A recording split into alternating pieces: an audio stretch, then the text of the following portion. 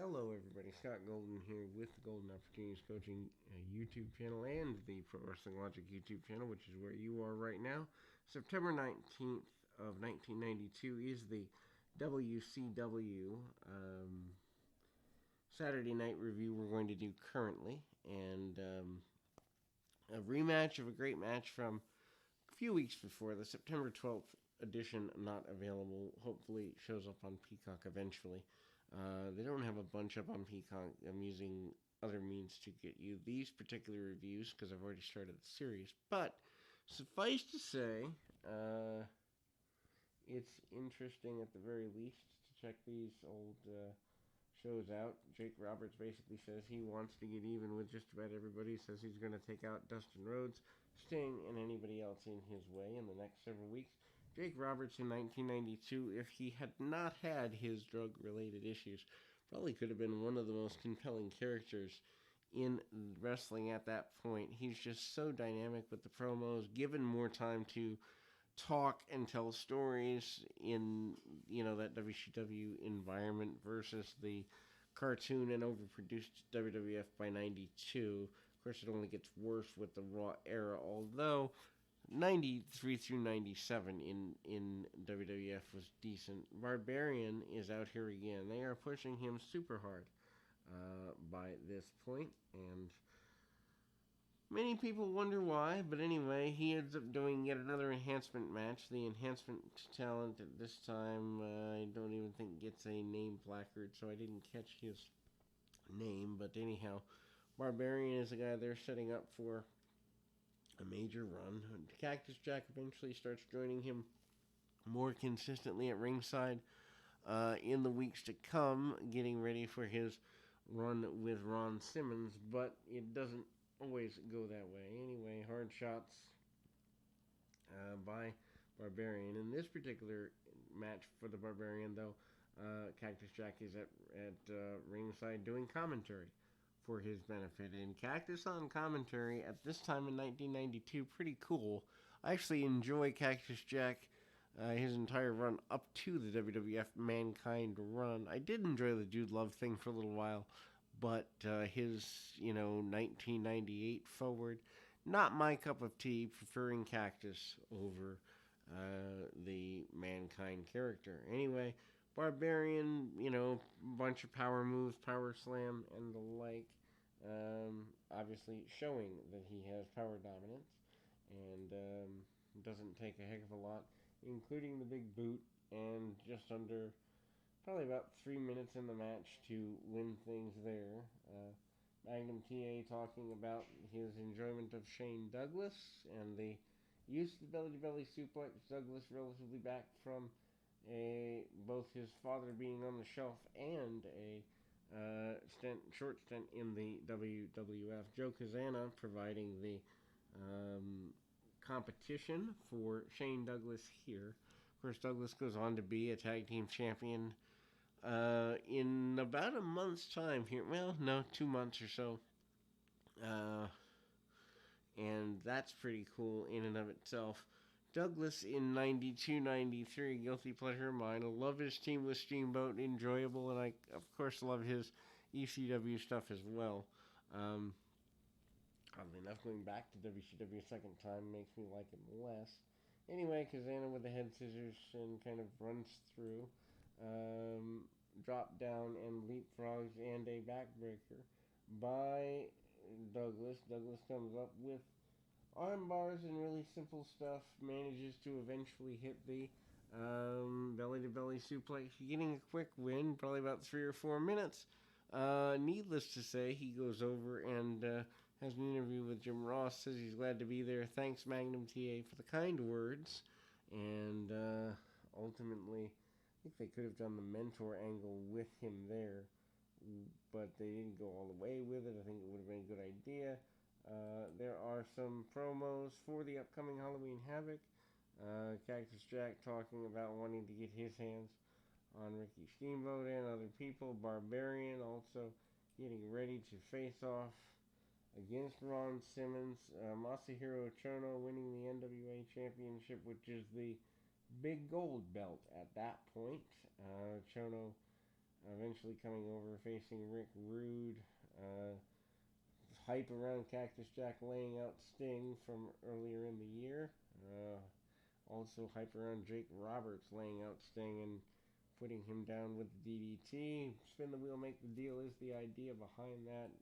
Sting says he is in fact going to get rid of Jake Roberts once and for all at Halloween Havoc, and it actually turns out that for once the babyface makes a promise and follows through on it in WCW, because Jake leaves very soon thereafter the Halloween Havoc deal. I think actually Havoc is his last match. I'm not 100% sure on it, but pretty close.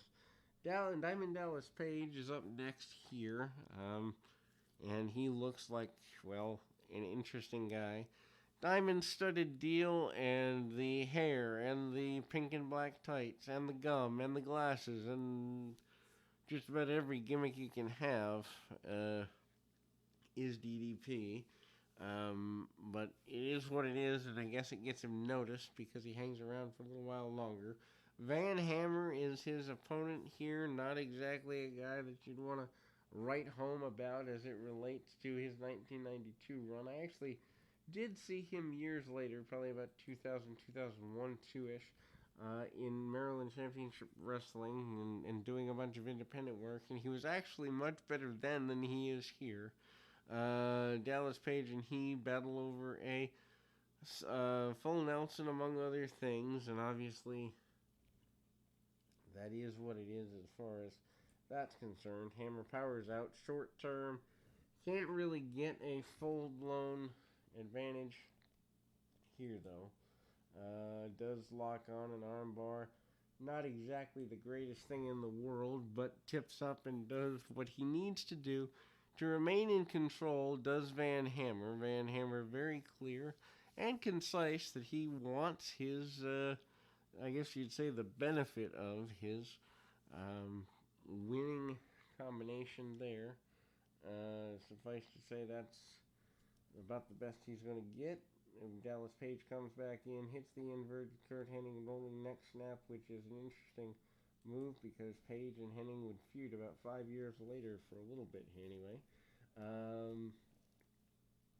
Hard shots by Page, and again, hitting some forearms, not getting everything he wants on it. I don't even think Dallas Page has a finish at this point. Certainly not Diamond Cutter if he did have one, but I'm pretty sure he doesn't even have a finish. Van Hammer comes back with a knee lift. It looks like it came out of kindergarten. And, Page tries to get the advantage. Van Hammer at the time using the slingshot suplex of one Tully Blanchard. This time hits a vertical suplex on Page first before getting into the more aggressive of the maneuvers. Doesn't get everything he wants with that, but who's to say he would have anyway. Van Hammer misses a splash in the middle. Van Hammer does eventually roll up Dallas Page and get a victory. Cactus Jack talks about having guys to defeat Ron Simmons, the Barbarian, being one of them. Realigning of Ron Simmons and Teddy Long, at least in theory. Simmons, of course, still your WCW heavyweight champion. And also, Ricky Steamboat having defeated Steve Austin for the television championship here in 1992, which is something until I was rewatching these, glad that I'm watching them almost 30 years later, that I had forgotten about. I knew that Ricky Steamboat was around till early 95. Steamboat is my all-time favorite babyface, so pretty knowledgeable about his career. But I did not remember that he had won the television championship here. He basically says he has more wrestling knowledge in his pinky finger than Steve Austin does in his whole career, and indirectly calls Austin a bit of a flash in the pan or one-note pony. And then we go to, remember I said a great rematch. They've given about 15 minutes here, the Steiner brothers and Eaton and Anderson with Michael Hayes. Great match because they had done it before. They'll do it again here. Lots of power moves early by the Steiners. Rick Steiner taking over. Rick Steiner takes out both men and is very aggressive during the early stages. The heels bail to the floor. Don't get everything they want, but they don't really need to. And then we kind of see a continued bailout to the floor. Basically, story of the match is the heels are in backward motion for the early part. Steiner's finally go out to the floor to try to rectify the situation, sending Anderson out through the middle ropes. I love the way he kind of shakes his head, get the cobwebs out of the head. Just a really basic process here. It's there and it's okay for what it is, but suffice to say, some challenges along the way there. Anderson and Eaton want to get back in the ring. They have yet to really break the match down to their advantage. Seated abdominal stretch attempted, and Eaton actually trying to grapple with Scott Steiner, which is interesting knowing Steiner's propensity for collegiate style, high school style wrestling does not go according to the way that he has planned. Takedown by Anderson with a single leg. Anderson backs off in a hurry as well. And again, there we kind of see some wonder and curiosity about, what's there. And, Irish whips and all those things there. Finally, Anderson gets a takedown, takes Scott Steiner down, beats him down for a little bit. Amazing to me at the time that Rick Steiner was portrayed as the more competent wrestler. Again, second week in a row using a half crab, among other things. Taking Anderson over into the corner is Scott Steiner and trying to get Rick to kick him off, but the tag has been made. Back and forth. I actually, looking back at the notes for this match, did prefer the first one, but there's nothing wrong with this one. It's just a little slower moving.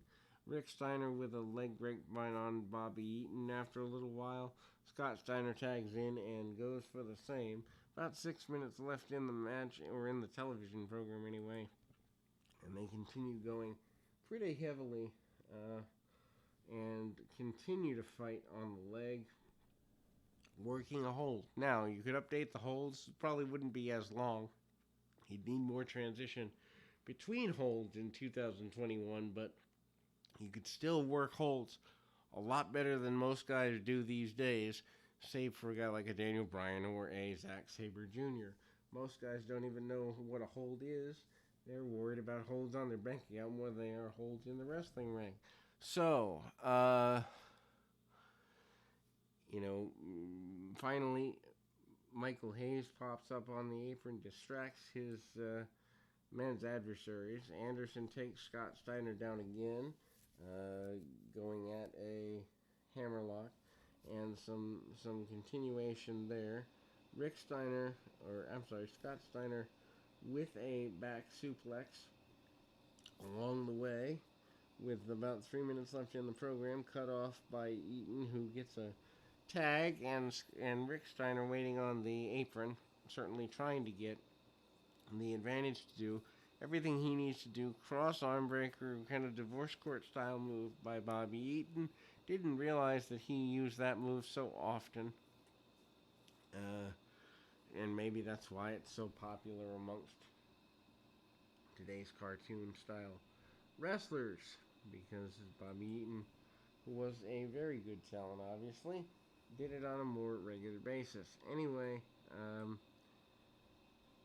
then we kind of see, kind of the continuation, the hot tag to Rick Steiner. Rick Steiner with a belly-to-belly suplex on a Bobby Eaton that's flying off the ropes. Rick also goes for the attempted Steiner line, hits a bulldog from the second rope on the inside, and the Steiners get a victory. So they're kind of, I guess you'd say, 1-1 for a minute. Although referee loses control, looks like there's going to be a victory there, but a double team takedown, breakdown, and Scott Steiner nails that run, and the Steiners are in victory seat there. We'll be back with more right after this. Time out.